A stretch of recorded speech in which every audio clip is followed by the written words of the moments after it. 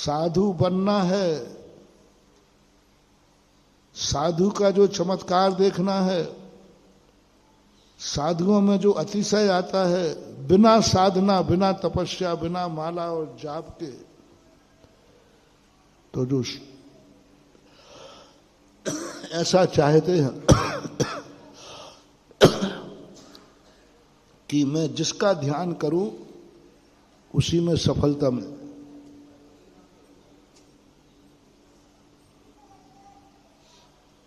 मैं जिसका ध्यान करूं, तो बस नियम कर लो, मैं अपने मन से कभी भी किसी को बुरा नहीं सोचेंगे।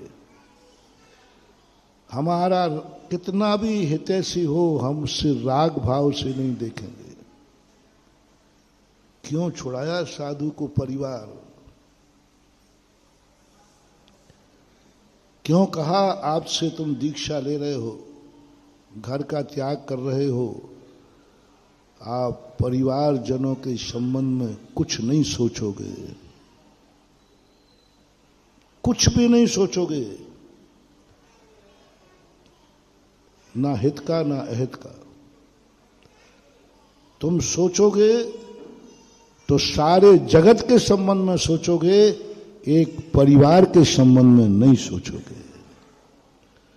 मुनिराज यदि जिस परिवार से हैं उसी परिवार के संबंध में सोचते हैं, उसी परिवार का ध्यान करते हैं, उसी परिवार के लिए सुखी रखने का भाव सोचते हैं, ये मेरे परिवारजन हैं, ये मेरे रिश्तेदार हैं, ये माँ बाप हैं, ये भाई बंधु हैं, इनको कभी दुख ना हो, इनको कभी परेशानी ना हो,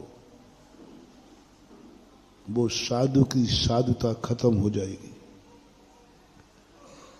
उस साधु में कोई अतिशय नहीं रहेगा। वो कितना भी किसी का चिंतन कर ले, कभी उसका चिंतन सफल नहीं होगा, क्योंकि उसने अपने मन में उन लोगों को स्थान दे दिया जो उसके हैं। अब इसी को थोड़ा सा आप लोग भी यही करते हैं, अपने परिवार के संबंध में सोचते हैं, विचार करते हैं, इसलिए आपका मन राग से भरा हुआ है, 24 घंटे राग से भरा है। क्योंकि आपके मन में हमेशा चहेतों के प्रति सुख देने का भाव होता है। जिसको तुम चाहते हो उसके लिए ही तुम जीते हो, उसके लिए ही खाते हो, मंदिर आते हो, आशीर्वाद लेते हो, सब उसी के लिए करते हो। इसलिए आपका मन पवित्र नहीं, राग से भरा हुआ है। द्वेष, किसी से लड़ाई झगड़ा हो गया, अब 24 घंटे उसके संबंध में क्या चलता है? द्वेष भाव 24 घंटे चल रहा, उठते बैठते खाते, उसने मेरा ऐसा क्यों किया, उसने ऐसा क्यों किया, ऐसा क्यों किया। राग और द्वेष जिस मन में भरे हुए हैं वो मन कभी पवित्र हो ही नहीं सकता। अब तुम किसी के संबंध में कितनी अच्छा सोच लेना, कोई चमत्कार नहीं होने वाला, क्योंकि तुम्हारे मन में राग द्वेष भरा हुआ है। ऐसा मन किसी के संबंध में सोचे कि मेरा बेटा अस्पताल में भर्ती है, वो ठीक हो जाए, नहीं होगा। मेरे फलाने व्यक्ति पर संकट आया है, ठीक हो जाए, नहीं हो। कितना ही सोचना तुम, क्योंकि तुम्हारा मन राग से भरा हुआ है, द्वेष से। अब इसी में देखना चमत्कार। साधु जिसके मन का ध्यान कर ले उसी का बेड़ा पार हो जाएगा। क्यों? साधु सोचता है किसी चहेतों का नहीं, सुखी रहें सब जीव जगत के, कोई कभी ना सब सुखी हो। अब विस्तार कर दिया। तुम्हारा सोच क्या था? हमारे लोग सुखी हों, और साधु का सोच क्या है? सब सुखी हो। अब राग खत्म हो गया। क्या मतलब है? परिवार वाले पड़ोसी वाले में क्या अंतर है? साधु को मूलाचार में कहा कि साधु को सदा साधु बनने के पहले या साधु बनने के बाद सबसे पहली साधना होना चाहिए कि जो घर वाले हैं और जो बाहर वाले हैं दोनों के प्रति समान दृष्टि होना चाहिए कि सब श्रावक है।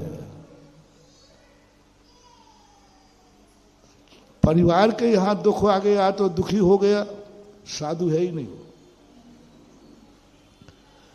किसी के ऊपर दुख आ जाए वो दुखी हो जाएगा और कोई भी सुखी हो जाए वो सुखी हो जाएगा। तुम ये सब नहीं कर पाओगे। चलो शुरू करो मंदिर से।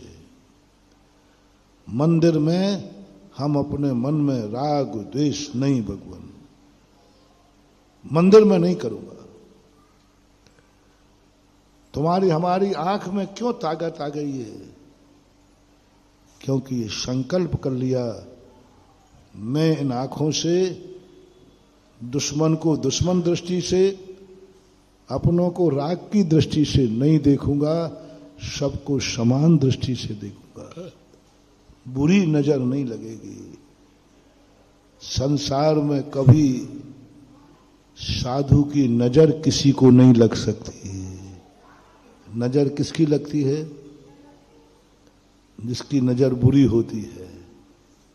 और साधु की नजर लग ही नहीं सकती बल्कि देख ले तो नजर और उतर जाती है।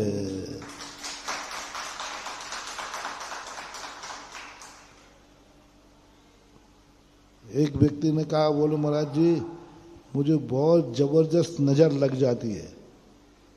मैंने कहाँ लग जाती है? और महाराज ऐसी लगती नहीं, वो अलग लग जाती है।